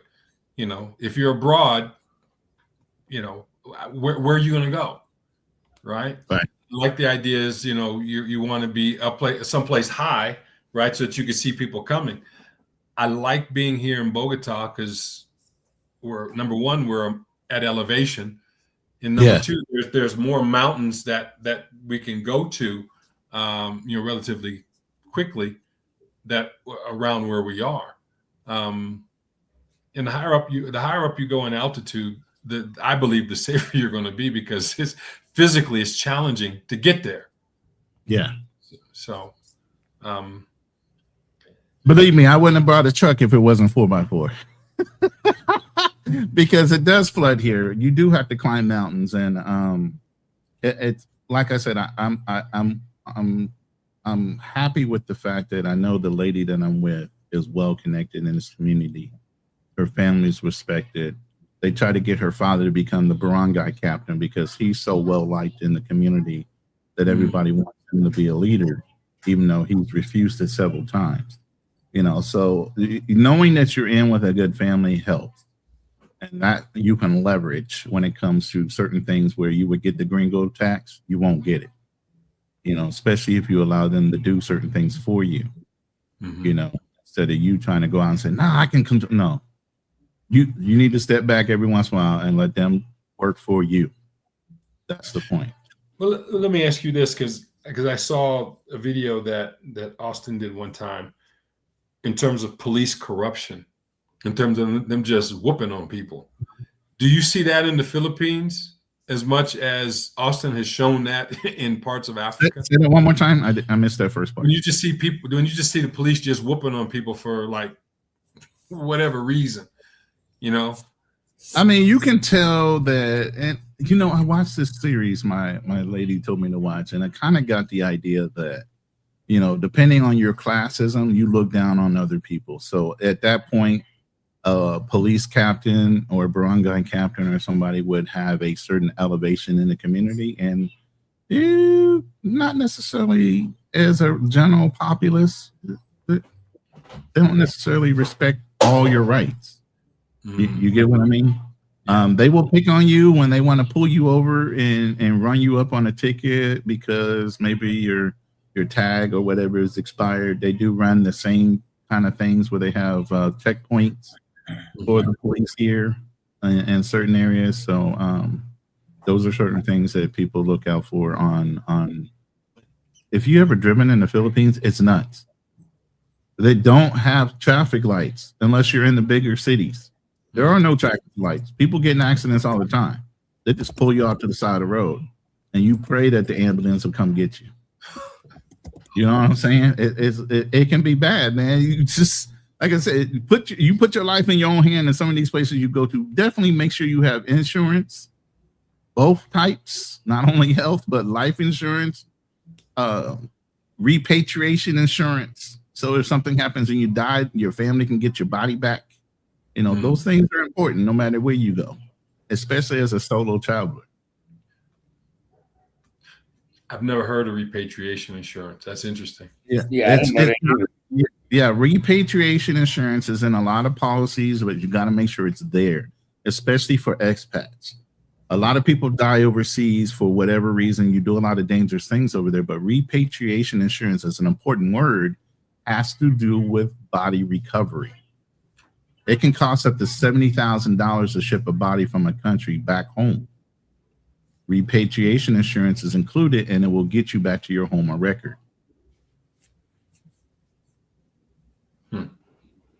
Yeah, Kings and Dream says, salute to my younger bro, Austin. Big up my guys, Todd and Ronan.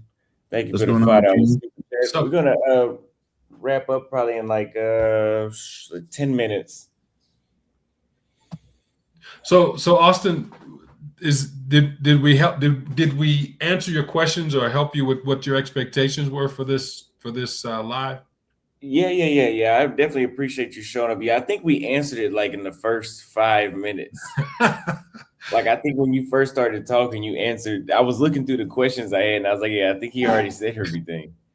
Yeah, I mean, I just want to tell you, man, that I respect so much what you do. Thank you. You know, the chutzpah that it takes for a young man to leave his country and to go abroad, and you doing it at such a young age, I'm envious, man. I am very envious because, you know, I didn't have the courage to do it until I was my early 50s, right? But you to do it when you're in your early 20s, it's remarkable. And I've also watched your maturity over time, right? And I appreciate that, man. I just want to say that, you know, you never know who's watching you. So you always have to be careful because you never know who's watching you.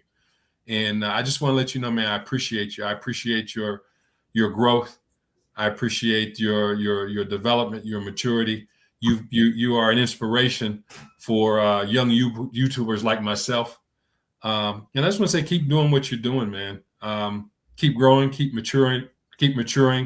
I'm happy that you've found someone that you enjoy spending time with, and I wish you great success with that. But also, I want to let you know and remind you that you are the prize.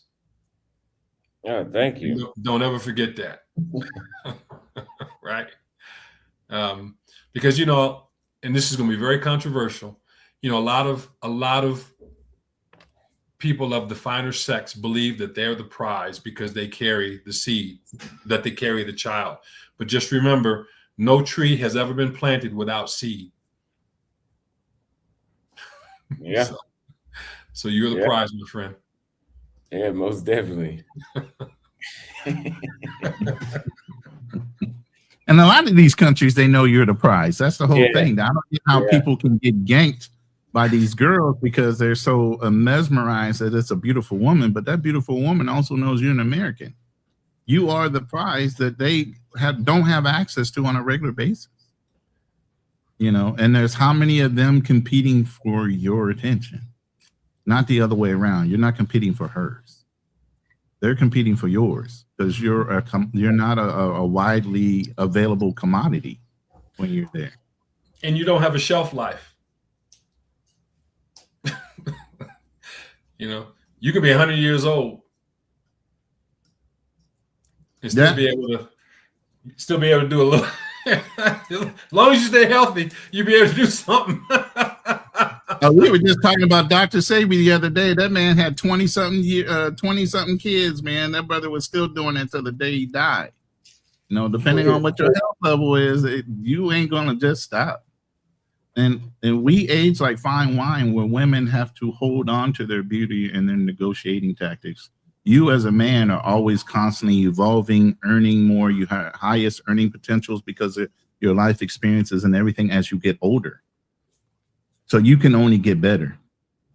They're holding on to their best. Yeah, but you gotta maintain your health, though, man. Of course, you got that is definitely important. I mean, I used to see you working out in the gym, man, but I don't never see workout videos now, man. What's going on, Austin? I mean, I think I'm about to do that now. I'm about to take my phone with me and do an IRL stream. That's what I'm about to go now. Because I mean, I see you trying to hold on to your guns. I see you, man. Yeah, no, I still go to the gym. Yeah. What you benching now? I've never kept track of that. Like I never have kept track of my bench, my progress with that. Okay. So with your workout, I know you do abs. I mean, that's one thing. No, I don't see you doing anything else, but I saw you doing what is it? You were hanging and doing the abdominals. I saw that one time. I think you were in South America. I don't remember where though, but I saw you doing that. Smart I Fit. stopped doing abs. You stopped doing abs. Yeah, it's too much work. I'd be too tired afterwards. Yeah, I figured, man, as long as I have broad shoulders, I don't need abs. The rest of the body makes up for it. If you get wide shoulders and you for real, everything else, the abs is okay to miss out on. I got broad shoulders. It looks like I got a V taper. Yeah. But it just looks better when you do. Are you jumping rope? No, I hate cardio. I do Stairmaster. I jumped rope for like maybe a week one time, and I just can't. I'm not good at cardio. Well, I don't want to be good either. Like I don't try it. Well, when you come back to Colombia, meet me here in Bogota. I'm gonna take you up Maserati. What is that? Maserati it goes up to about 10,500 feet, and it's 1,500 steps. It winds up the mountain, and so I do that 3 to 4 times a week. Oh, okay. Yeah, I'd be down to try that for sure. Yeah, but we'll go slow because the higher you get up, the air gets thinner. Mm-hmm. But then when we get to the top, we'll do like 200 push-ups, and then we'll ride back down. He said 200 and ride back down. He's saying we ain't walking back down after that one. Well, I walk, but I mean, if I'm gonna be, it's gonna be his first time. So I mean, we'll ride back down. I mean, I usually go up and then I walk back down. Yeah. My knees are shot. I can't do none of that right now. I have a torn meniscus on one knee. The other knee's been shot for a lot of years. So I've been around and around with the VA about surgeries. They're like, oh, we're going to give you 2 robo knees. You just let us know when you're ready. But hey man, I mean, I know a lot of people to get hip replacements and stuff like that. They're good. I heard the knees are really good, but I'm just not ready to go through that right now, that evolution. You know what I mean? Right. But no, I do a lot of core. I do a lot of kettlebell and core work. So, and then I walk. So how heavy are your kettlebells? 40. So you do farmer's carries with it? Either that or I'm doing more squats and core swings and different things like that. There's about so many different exercises you can do with a kettlebell. You getting back to your killing form, ain't you? Well, I get leaner. I had a lot of weight to drop, bro. I have been as high as 6'2" at 360 at my worst. Really? My fighting weight when I was in the Marine Corps was 6'2" at 155 was when I was boxing and in martial arts. So, my comfortable weight is about 215 to 230. Where are you at? But any leaner than that, I would look like I'm a cancer patient anymore. You know what I mean? I'm just too big. Where are you at now? Right now, I'm at 285. 285? Yeah. Austin, where are you at? I think 190. 190. How tall are you? 5'11". Man, you an NFL corner.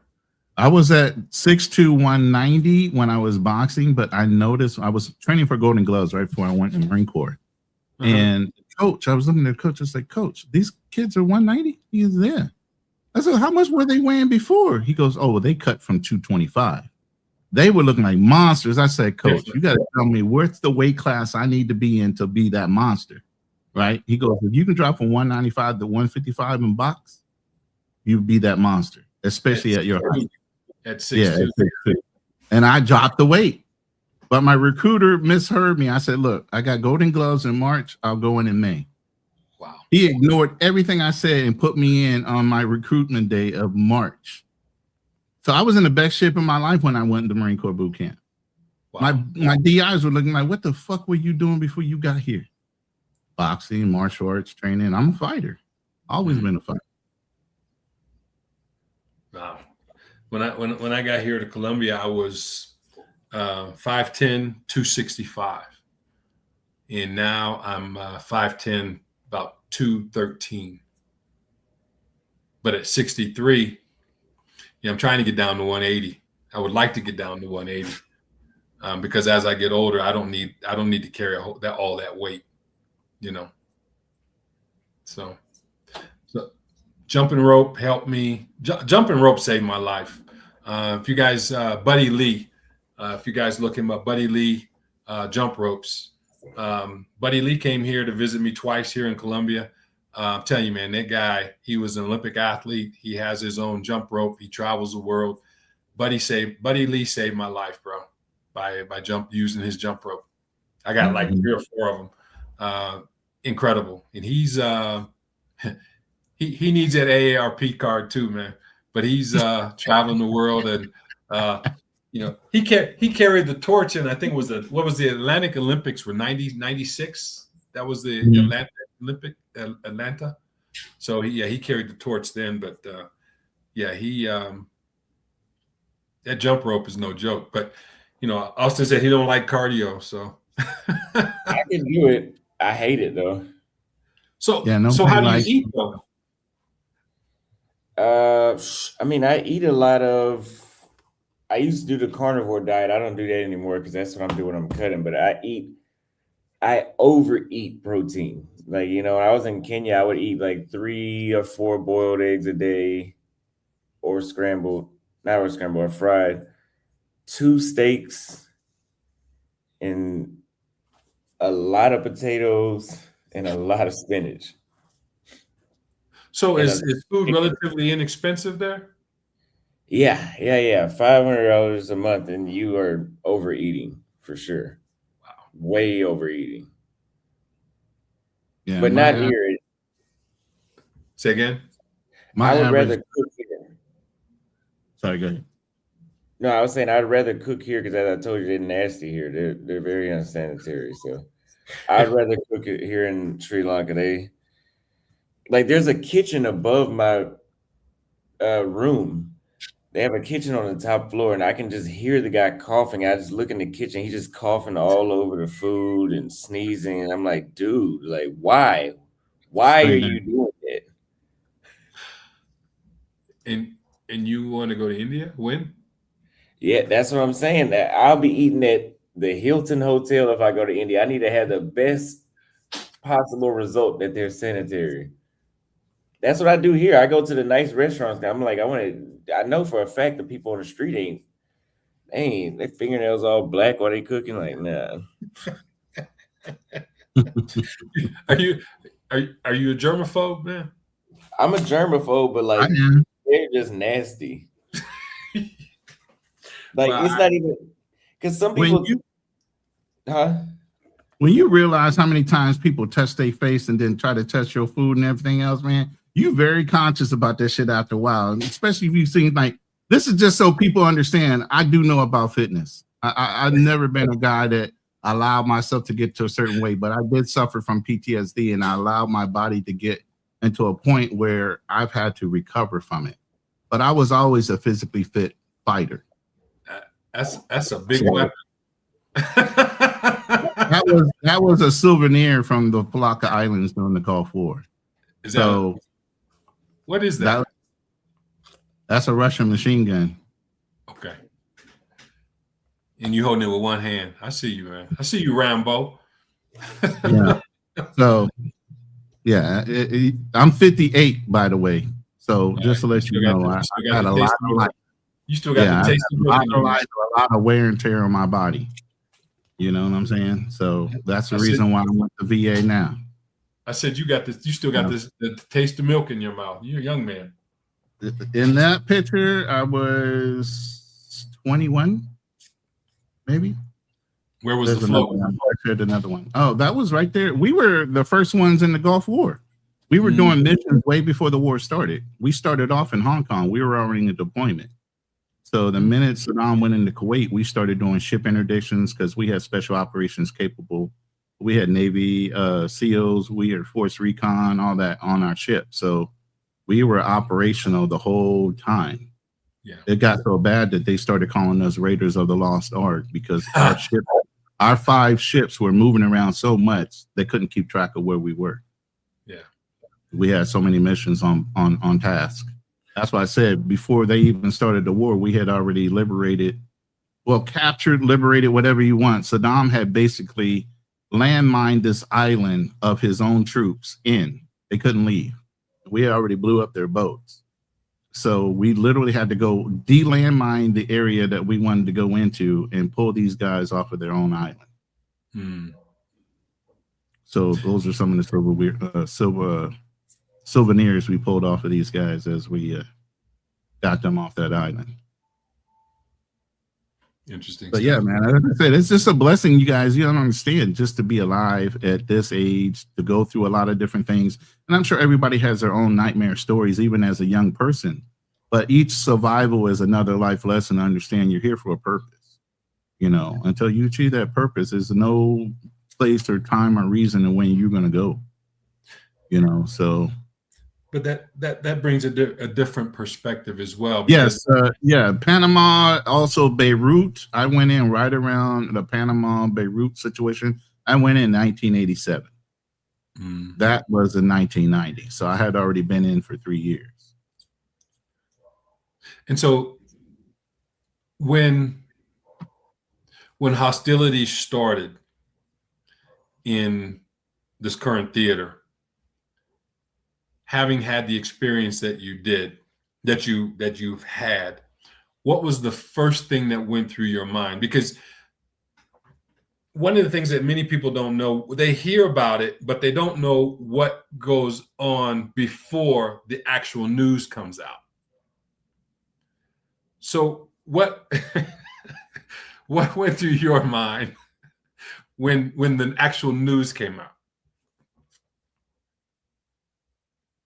Accuracy wise, they reported everything that's supposed to be happening, that was supposed to be happening. They reported. Other than that, they're pretty good at controlling what information gets out and what information does not. I would say the government's very good at giving you exactly what you need. They're very good at propaganda. Yeah, I agree with you. Very good at propaganda. But even back then, and this is in the 90s, so you can imagine now in 2026 how much better they are at controlling the news. So I ask you again. From what you know and experience, I'm not asking you what happened. I'm asking you what did you think? I mean, I understand what you're saying from a propaganda perspective. I get that, but I'm asking you for a deeper revelation for myself and for people who are watching Austin's channel. I can say this, as far as my experience, I was relatively a very intelligent guy. My major was architecture. I dropped out of college because my high school sweetheart got pregnant and went into the military. Okay, so I thought I was a really intelligent guy. It wasn't nothing you gonna get by me. I didn't realize I was literally brainwashed until I was in this situation here. Okay. Okay. I was not thinking about catching a bullet. I wasn't thinking about dying. I was thinking about going home. And whatever that took for me to do, I was going to do. So it's a mental switch where you don't think you know what you know until they put you in that situation. You ever hear every 10,000 hours that you doing something, you become a professional at it. They had us doing things so much that repetitiously that you would do things and you wouldn't even think about it, just out of reaction. That's how much they had us programmed by the time and it was a 2-week shipping thing from Hong Kong into the Gulf of Oman, and then doing all the ship interdictions before the war started. We were doing all these things. So all the while, we were learning how to do dust initiator bombs and household products in order to make bombs if we were going house to house in a city environment. They taught you literally everything, silent kill techniques, where to stick the knife in order to get the greatest reaction as far as death. They taught you all this. So by the time you were in that area of the theater of ready to fight, you weren't thinking about anything. Mm-hmm. All you were thinking about, whatever the mission was, you were going to get it done. Were you worried about getting shot? No, you weren't. Even when the bullets started flying.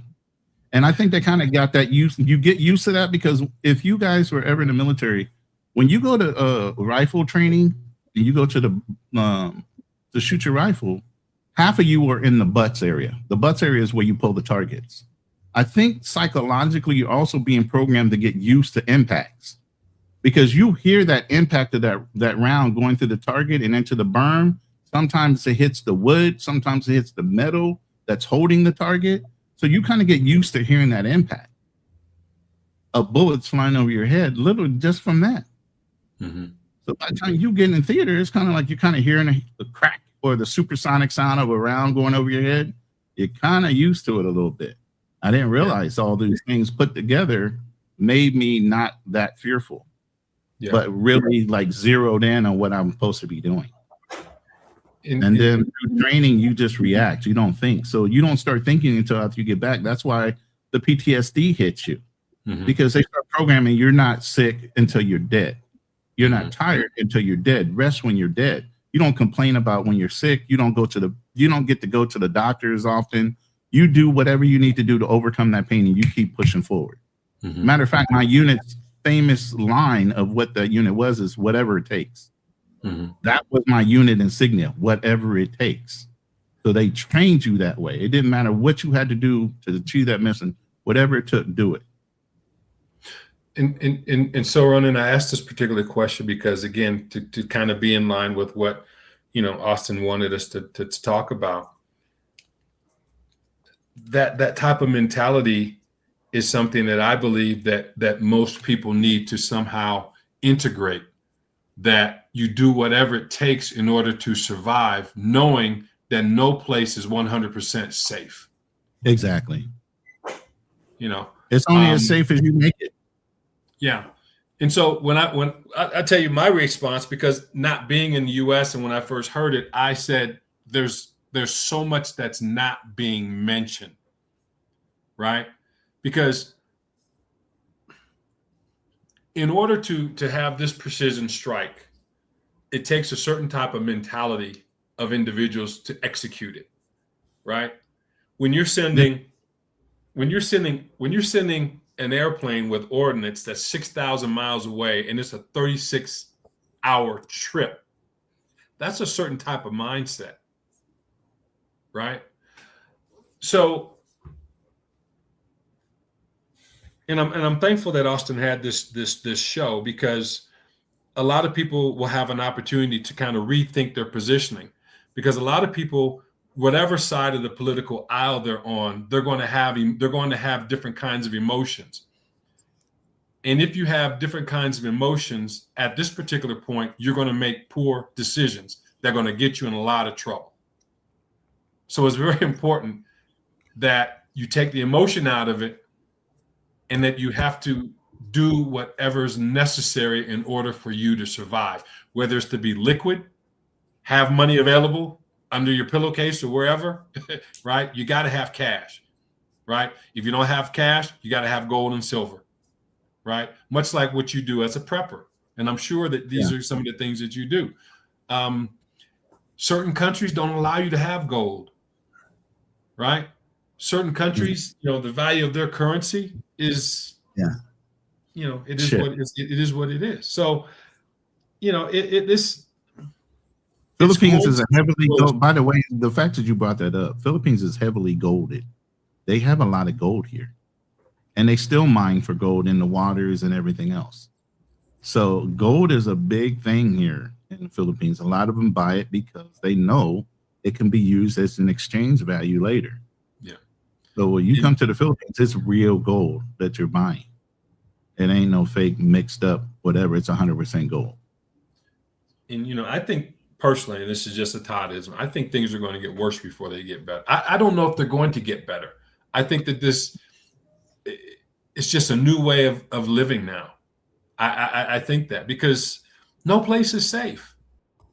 I left May right after Donald Trump got into office, and it was planned purposely for a reason. His second time in office, he don't have to worry about burning anybody's bridges. He can burn them all down because he ain't going to get reelected again. So he can do whatever the hell, however the hell he wants, as long as the economy, as far as the global dollar when it comes to U.S. standing against everybody else, I don't care. I just didn't want to be in the United States for the time that he was in office. So I planned it specifically to be out of the country, literally a couple months after he came into office. Well, I'm about to wrap up here today. I gotta run some errands, so I appreciate y'all coming through a lot. Thank you very much, because yeah, I couldn't have did it by myself for sure. Well, you know, like No I problem. told you a while ago, man. Anytime that you need me, I'm here for you, man. Because I support what you're doing, and I'm living vicariously through you, man. I'm like, hey, we in Africa now. Thank you. You So, better than me, man. I don't think I ever make that trip. I'm just saying. To Africa, Yeah. it's worth it. It's very well worth it. I'm still thinking about going back now, but I need to take a break still. So, but yeah, I have a friend that lives in South Africa. You've been to South Africa, right? yeah, like 4 or 5 times. Okay, because he's been asking me to come there, and I know that's a long trip. You taking wifey with you if you go? Yeah, absolutely. Come on, she's Colombian, man. She's not gonna let me go on a